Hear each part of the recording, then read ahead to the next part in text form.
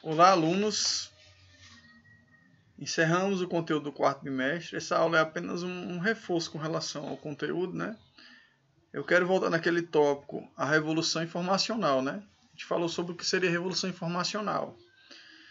Nesse sentido, a gente tem que ter ideia as relações estabelecidas no meio social com relação à produção, né? Ao capitalismo, né? Segundo uma leitura de Marx, né?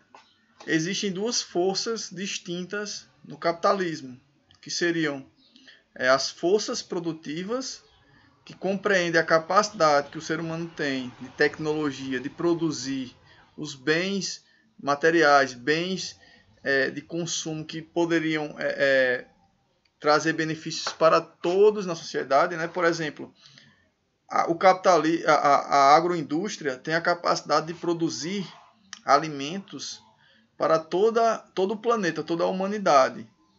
Mas será que isso acontece? Então, distinta dessas forças produtivas, existem as relações de produção. Essas relações de produção servem ao interesse do capitalismo. Então, são duas forças opostas, né? As forças produtivas, que é a capacidade que o ser humano tem de produzir tudo o que é necessário para a humanidade, ligado à questão da tecnologia também, e as relações de produção, que são as relações do capitalista com o trabalhador e com as demais pessoas que consomem os produtos. Então, há uma relação de opostos que se esbarram, né? As relações de produção, as relações produtivas, elas limitam as forças produtivas. Por exemplo, se eu sou um capitalista, eu tenho uma empresa, eu não vou produzir algo para ganhar muito pouco sobre aquele produto. Eu quero ganhar só 5 centavos, porque eu quero fazer o bem para a humanidade, então eu vou distribuir meus produtos a um preço barato, muito barato, para todo mundo ter acesso. A perspectiva, a ótica do capitalista é o quê? Maximizar os lucros. Quem tem uma empresa, ele quer maximizar os lucros e se for possível, diminuir cada vez mais os gastos com relação à produção. Então, essas são as relações produtivas. Essas relações de produção interferem com as forças produtivas. Eu não vou produzir algo para distribuir quase de graça. Eu vou produzir algo... as forças produtivas, elas são limitadas pelas relações de produção. Eu não vou produzir algo...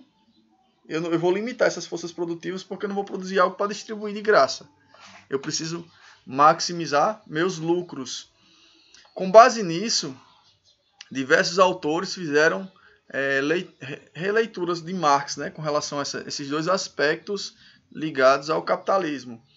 A revolução informacional que veio, principalmente com as reestruturações produtivas de 1960 e 70, né, de leitura, né, toyotista, né, lembra das reestruturações produtivas, o toyotismo, que seria a automação das máquinas, o trabalhador polivalente. Eu expliquei isso ano passado. O trabalhador polivalente é aquele trabalhador que ele executa diferentes tarefas. É poli porque ele faz muita coisa. Poli quer dizer de muitos. Valente porque ele tem certas valências, competências de realização do trabalho. Então, é um trabalhador que ele executa diferentes tarefas, ele consegue gerenciar o trabalho das máquinas, ele tem conhecimento com relação às tecnologias da informação e comunicação, né? As novas tecnologias da informação e comunicação, ele sabe programar, ele sabe trabalhar ele sabe trabalhar com os computadores. Então ele tem como é que eu posso dizer? Ele tem um trabalho ligado a um trabalho imaterial, né? Um trabalho ligado ao intelecto. Contudo, será que esse trabalho ele não serve também para a sua própria exploração? Será que esse trabalho, mesmo o trabalhador retomando a capacidade intelectual, que no período do Taylor-Fordismo foi tomado do trabalhador, e a partir do toyotismo mudou essa ótica, mas será que essa retomada desse trabalho, desse saber fazer, não é algo para explorar também a capacidade do trabalhador de produção? Então a gente deixa aqui essa reflexão. Nesse sentido, eu quero que vocês façam um pequeno texto falando sobre a revolução informacional. Então, a revolução informacional já está dizendo. A gente falou sobre as novas tecnologias da informação e comunicação. A gente falou sobre em uma das aulas do quarto mês, a gente falou sobre isso. Eu estou retomando apenas o pensamento. Na página 186, tem um tópico, a revolução informacional, que fala sobre isso. Vocês podem pesquisar na internet. Eu quero, com a palavra de vocês, vão pesquisar sobre revolução informacional e falar um pouco sobre revolução informacional. É basicamente isso. Fiquem com Deus e até a próxima aula.